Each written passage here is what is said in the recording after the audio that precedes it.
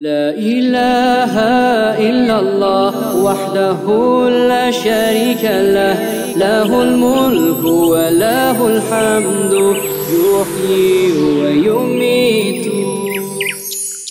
Ассаляму алейкум ва рахматуллахи ва баракатуху. Армысыздар ахайын, эфирде Иман гүлі бағдарламасы.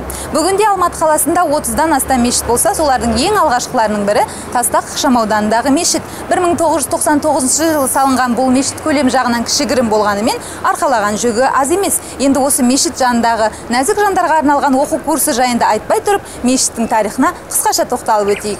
Біріккен Араб Әмірлігінің Қызыл Жартай ұйымының қолдауымен салынған бұл Аллаға құлшылық үйі Хамед Мухаммед бен Брок есімін еленген. Алайда ел арасында Тастақ мешіті аталып кеткен. Сырт көрінісі кішігірім болғанымен Тастақ мешіті Алматы қаласының халқы көп орналасқан орталық аудандарының бірі. Алмалы ауданындағы дәл қазіргі уақытта жалғыз мешіт. Әрі ең ірі жол бойы Төле би көшесінің бойында орналасқандықтан Тастақ мешітіне келетіндер көл-көсір.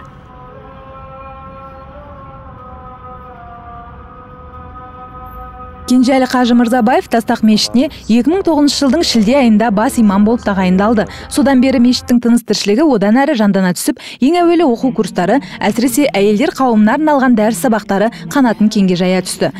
Қазір еліміздегі мешіттерде бұрынғы 90 жылдағыдай емес, қазір өзгерістер өте көп. Шариғатта, хадисте айтылуы бойынша 4 түрлі адамға жұма намазы міндет емес, парыз емес. Соның бірі сәби бала, одан кейін бас бостандығы жоқ адам, ауру адам, төртінші әйел қыз балаға жұма намазы, айт намазы парыз емес. Бірақ оларға енді мешітке келмеңдер деп айтуға болмайды. Себебі пайғамбардың заманында да небір мәселелерді дінді сұрап, сұраққа жауап іздеп, әйелдерде тіпті басқа діннің жаңағындай яһудилердің әйелдері де кеп мәселе сұраған пайғамбарымыздан. Сондықтан әрине қазіргі мынау таңда осы біздің заманымызда, уақытымызда мешіттерде әйелдерге, қыз балаларға арнайы медреселер, сауат ашу курстары ашылған. Ата дініміздің әліппесін үйренуге мешітке келген әйелдер қауымы үшін дәріс беретін қос ұстаздың бірі Ләйлә Абуова жоғары білімді өзге мамандығы бола тұра, ислам дінінің құндылықтарын үйретер ұстаз болуды барлығынан артық көрген. Әлхамдулиллах, Аллахқа сансыз шүкір етем. Ең бірінші ұстазым деп ата-анамды айтсам, өйткені ең бірінші Аллах тағаланың бар екендігін, бізді қалай жаратқан екен сол кісілерден естіп үйренгенбіз ең басында. Кейін енді кеңестік дәуірде әртүрлі білімдер алдық, Аллаға шүкір жоғары білімдер. Бірақ сол ата-анамыздың ықпалымен осы дін жолын іздеп 1998 жылы орталық мешітте ол кездерде контрактымен Түркиядан ұстаздар шақыратын, сол жерде Әмина ханым деген бір ұстаздан білім алып бастадым, Аллаға шүкір. Одан кейін де Нұр Мүбәракта оқыдым, руханиятта, қазір енді жаңағы шетелдер институты карьера бөлімі деген бар, сол жерде дінтану бөлімінде оқыдым, әлхамдулилlah. Сендердің ең ізгілерің Құран үйреніп, және оны басқаларға үйреткендерің. Идғам ережесі мағынасы не? Идғам деген мағынасы 5 жастан бастап 85 жасқа дейінгі шәкірттердің түсінік танымын бір арнаға түйістірген ұстаз, жастық шақталған білім тасқа түскен таңбадай болатынын тағы да нақтылай түсті. Алайда ниет болса, қарттық шақта да таудың биігін бағындыруға болатынын айтады. Жасты оқытқан оңай, және олар айтқан нәрсеңді тез қабылдайды, өйткені олар әлі сондай жаманшылыққа бой ұрмаған. Үлкен кісілер көп нәрсе, харам нәрселерді бәр бойына сіңіріп алған, оның бәрін тілін жатқызу үшін, өздерінің мінездерінің бәрін өзгерту үшін көп қиыншылықтар келеді.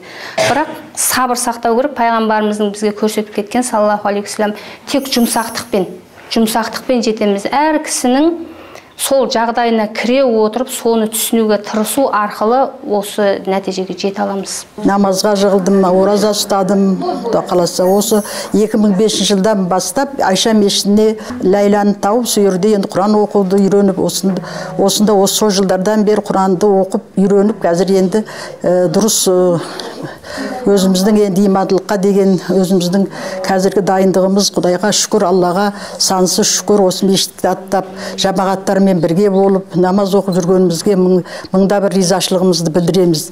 Әкемнің үлкен молда болған кісі еді.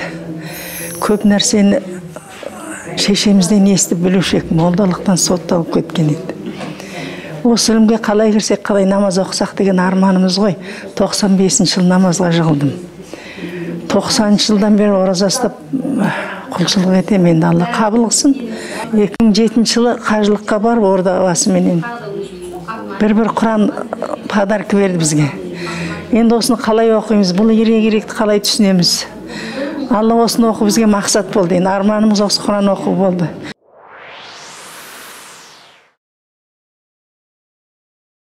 Кімде-кім менің мешітіме жақсылық үйрену немесе оны үйрету үшін ғана келсе, ол Алла тағала жолындағы күрескендермен тең болады. Кім басқа мақсатта келсе, ол бар болғаны біреудің дүниесін көруге келген адаммен тең болады. Әліппеге түсіп, Құран оқып, намаз оққанымызға Аллаға сансыз шүкірліктеп, Аллаға мақтау айтам, күнде жатсам да тұрсам да Аллаға сансыз шүкірлік. Осы жаққа келгеніме Құдайға шүкір 4 жыл бақпалды мен осында келіп намаз оққаным, намазға келгенімде бір қыз, бір келіншек маған айтты, осы Ләйла ұстазға барсаңыз әліппе үйренесіз деп. Соны әліппе үйреніп Құранға түстім, Құранды оқыдым. Көп қиыншылықтар көрдік, енді оғанда Аллаға шүкіршілік, ол Алланың сынағы ғой. Содан Алла тағала енді өтіп, осы қалпыма келгенімізге сансыз шүкірлік деп Аллаға сансыз мадақ айтам. 94 жыл Қарағандыдан шалым қайтыс болғаннан кейін осында келдім. Ең бірінші осы Тастақ мешіті салынып жатыр екен. Мұнда Асылқан деген имам болды. Сол кісінің уағызын естігенде Құран оқыған. Мен аны стенаға кіріп кете жаздадым. Содан мешіттен шыққам жоқпын. 2001 жылдан бастап сосын дәріс алуға осында сонда болды. 60-тан асқаннан кейін бастаған оқу өте қиын болды. Кетіп қалып та жүрдім. Ұстаздардың арқасында әйтеуір үйреніп, қазір енді Құранымызды тастамаймыз.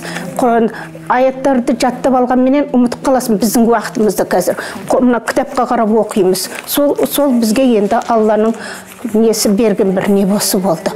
2006-дан бері қарай осы мешітке келіп, Алланың үйіне келіп, ниет етіп, әріп үйреніп, Аллаға шүкір қазір Құран оқып, кішкене қатарға қосылып келатырмыз. Бұдан ары қарай да Алла тағала бізді осы жолымыздан тайдырмас екен дейміз. Барлық жердегі мешіттегі барлық ұстаздардың барлығына Алланың нұры жаусын. Содан кейін ауыз шаямыз ішіге. Ауызға су жіберіп ішіге шаямыз. Содан кейін мұрынға су жібереміз ішіге. Қазір Аллаға шүкір әр мешітте осындай жерлер ашық тұр. Барлық жерде тегін. Тастақ мешітінде көшелерге жазып қойды. Имамдарымыз Аллах разы болсын. Қай кезде келсе де есік ашық, ештеңкенің қажеті жоқ, тек қана ниет. Альхамдулилля, Құранды оқып жатырмыз. Ұстазымыз үйретіп жатыр. Көптеген апаларымыз бар, сіңілдеріміз бар. Барымыз альхамдулилля дейміз, өстіп әріптеп келіп, өстіп Құранға көшіп, Құран оқыш келеміз. Ләйла ұстаз аптаның дүйсенбі, сәрсенбі күндері дәріс береді. Ал бұл оқу курстарына келушілердің деңгейі де, жасы да әрқалай. Бірі Құран тәжуидін үйренуге келсе, енді бірі намаз оқып үйрену үшін мешіттің табалдырығын арнайы аттайды. Бұрын бала жасымда 2 класс бітірген екем арабша. Одан кейін шешем біліп қалды, әкем қолында болып оқымадым. Әкем еткенше. Содан енді қарағым балалар шағамның осы халықтың елдің тілеуін тілеп, осы көпшіліктің барып атқан жеріне келіп, намаз үйренсем деп, Құран үйренсем деп талап етіп келдім балам енді. Белдеріңіз төмен түсіріңіздер, іштеріңіздің бәрі бір денеңізге тиіп жатсын. Абайдың кітабын оқып отырғанда, Абай атамыздың бір сөзі мені еске көп ойға қалдырды. Алланың өзі де рас, сөзі де рас сөз еш уақытта жалған болмас. 4 кітап Алладан келді, Алланы таныстыруға сөз айырмас дейді. Бұл Құран кәрімдегі әрбір аяттары, әрбір әріпі 10 сауап дейді адамға. Осы Құранның үйренгендегі әрбір әріптері Аллахтың сөзі маған сондай ыстық, сондай көркем, әдемі жазулары маған қатты ұнады.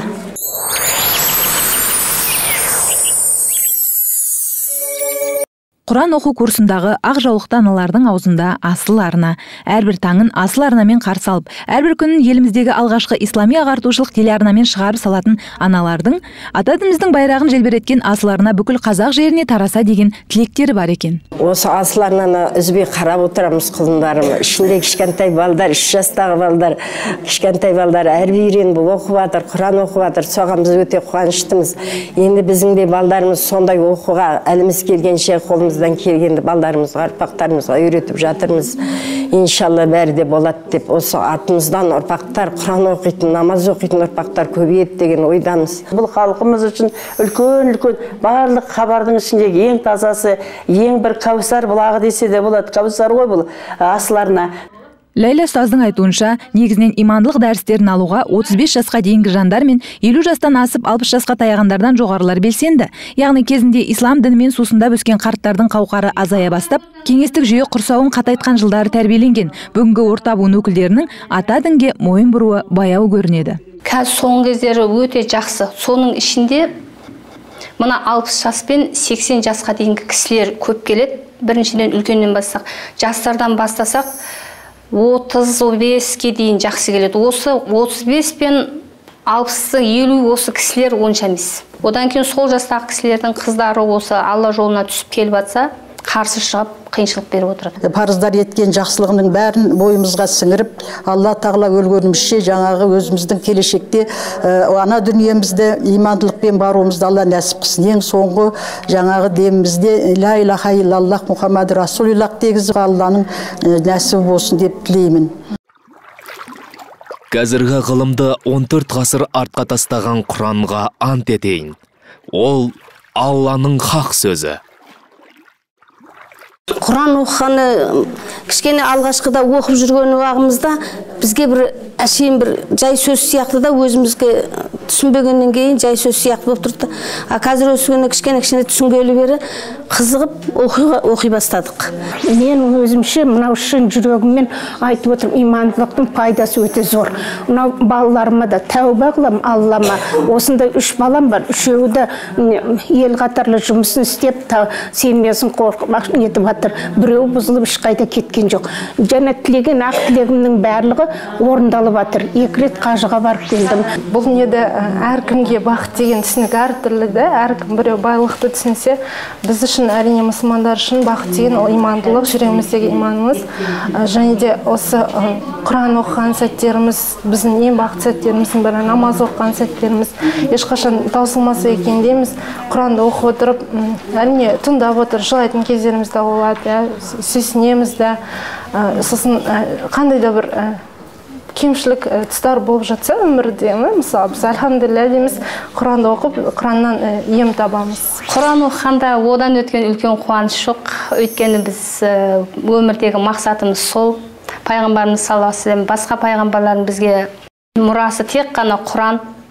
Соны өзіміз үйреніп, басқаларға үйрету ең абзал дейді. Енді соған лайықпыз ба, лайық емеспіз ба деп қорқып та қоямыз. Бірақ ондай қуаныш жоқ. Бірақ кейде қате оқығанда да Алладан кешірім сұраймын. Бірақ енді өмірдегі ең құнды бір шүкір дейтін нәрсем осы ғана. Басқа тең келмейді, ештеңке құн жоқ. Жаратқан ием Алла халқымызды, отанымызды, патшамызды аман қыла көр.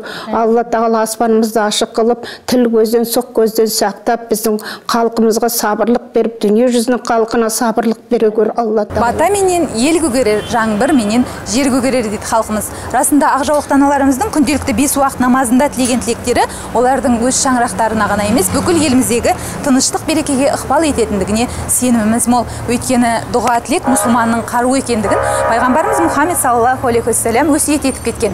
Ал енді осындай ізгі жолды бастап берген ислам тарихындағы асыл аналарымыз жайындағы әңгімемен хабарымызды жалғастырамыз. لا إله إلا الله وحده لا شريك له. Мүминдердің анасы Жуайрия Харисқызы, Алла оған разы болсын. Жуайрия сабырлы, діншіл, сұлулығымен танылған мәртебелі тектен шыққан Мусталиқ руының әйелі еді. Оның өз есімі Бәрра. Әкесі Мусталиқ руының көсемі Харис ибн Абу Дирар.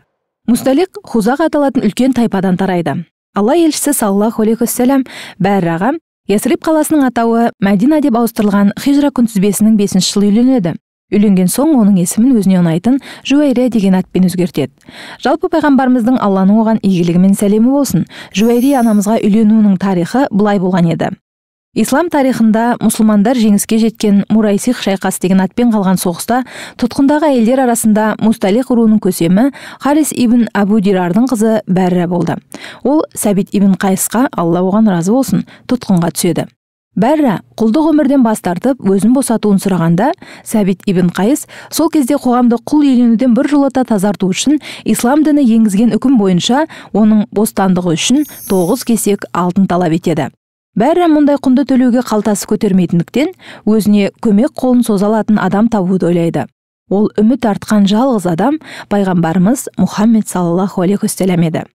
Бәрі өзінің жағдайын айтып құлдық өмірден азат етуін сұрағысы келіп, үлкен үмітпен Алла елшісіне келеді. Қыздың басына түскен жағдайды естіген пайғамбарымыз саллаллаху алейхи вассалам оған жанашырлық, аяушылықпен қарап, жәрдемдесу жолын қарастырады. Алла елшісі саллаллаху алейхи вассалам Сәбит ибн Қайысқа Бәрра үшін сұраған құнын төлеп, оны тұтқыннан босатады. Оған үйлену арқылы пайғамбарымыз саллаллаху алейхи вассалам Хузаға руының күйеу баласы болуды қалаған еді. Осылай еткенде ғана туыстық байланыстың септігімен олардың жүректері ақиқатты таныр деп ой түйеді.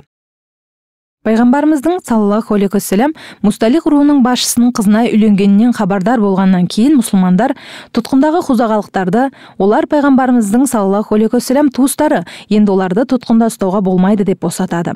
Осылайша Жуайрия тұрмысқа шығуы мен тұтқындағы руластарының бостандыққа шығуына себепші болады. Ал оның әкесі Харис қызына не үйіне оралуын, не Алла елшісімен саллаллаху алейхи вассалам қалуына таңдау жасауын ұсынады. Сонда Жуайрия анамыз әкесіне мен Алла мен оның елшісін саллаллаху алейхи вассалам таңдадым дейді. Харис ақылды қызының мұндай жауабын күтпеген еді. Ол қанша шамданғанымен қызым Алла мен оның елшісін таңдады, демек мұнда бір игілік бар деп ойлайды. Осылайша Харис еш пайдасы жоқ пұттарға табыну Алла дініне қарсы әрекет екеніне көзі жетіп, ислам дінін қабылдайды. Жуайрия анамыздың әкесі Харис пұтқа табынушылықты тастап, пайғамбарымыз саллаллаху алейхи вассаламға келіп, исламды қабылдағанын жариялады. Онымен бірге 2 ұлы да келген еді.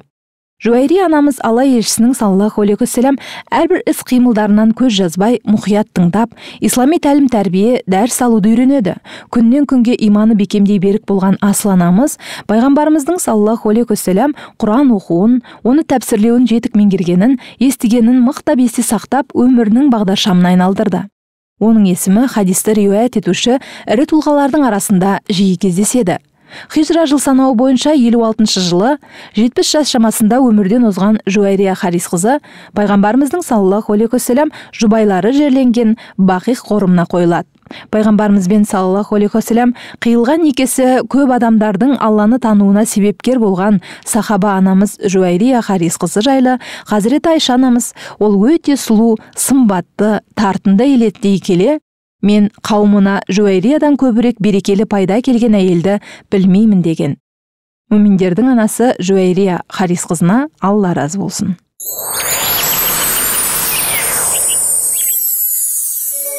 Тастақ мешітінде сенбі-жексенбі күндері де дәріс алатын топтар бар. Онда кең дүниенің жарықтығын көре алатын сіз бен біз сияқты жандардан өзге, көру мүмкіндігі шектеулі зағип жандар да дәріс алады.